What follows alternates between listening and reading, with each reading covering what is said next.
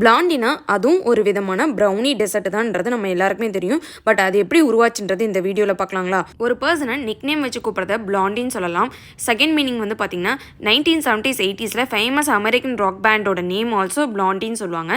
இதெல்லாம் ஓகேங்க. பேக்கிங் பக்கம் வருங்களா? ஸோ பேக்கிங்கில் பிளாண்டிஸ் வந்து பார்த்தீங்கன்னா அதுதான் ஒரிஜினல் ப்ரௌனியாங்க. ப்ரௌனி வர்றதுக்கு முன்னாடியே பிளாண்டிஸ் தான் ஃபஸ்ட்டு வந்ததுன்னா பார்த்துக்கோங்களேன். ப்ரௌனிஸ்னால் சாக்லேட் வெர்ஷனுங்க. பிளாண்டிஸ்னால் சாக்லேட் வெர்ஷன் இல்லை. அதாவது 1890s 19th செஞ்சுரியில் பிளாண்டிஸ்ன்றது வெண்ணிலா, ப்ரௌன் சுகர் இதெல்லாம் வச்சு தான் பண்ணுவாங்க. ஏன்னா பட்டர்ஸ்காட்ச் ஃப்ளேவர் கொடுக்கறதுக்காக இதில் கொக்கோ பவுடர், சாக்லேட்லாம் ஆட் பண்ண மாட்டாங்க. 19th செஞ்சுரியில் அமெரிக்காவில் தான் இது ஆரிஜின் ஆச்சுன்றது எல்லாராலும் நம்பப்படுது. அதே சேம் டைமில் தான் ப்ரௌனிஸும் ஸ்டார்ட் ஆச்சுங்களா. 1890s ஃபஸ்ட்டு ப்ரௌனி அதாவது பிளாண்டின்றது மொலாசஸ் இன்னும் ப்ரௌன் சுகர்லேருந்து ரெடி பண்ணாங்க. 1905 இந்த காலகட்டத்தில் ஃபஸ்ட்டு சாக்லேட் ப்ரௌனின்றது வர ஆரம்பிச்சது. 1920s பிளாண்டிஸ்ன்றது ரெகக்னைஸ் பண்ண ஸ்டார்ட் பண்ணாங்க. இந்த டேஸ்ட் நல்லா இருக்கே அப்படின்னு சொல்லிட்டு கஃபேலெல்லாம் கொண்டு வர ஆரம்பிச்சாங்க. இதை பார்த்துட்டு நம்மளோட ஹவுஸ் ஒய்ஃப்ஸ் எல்லாம் எல்லாருமே வீட்லேயும் செய்ய ஆரம்பிச்சாங்க.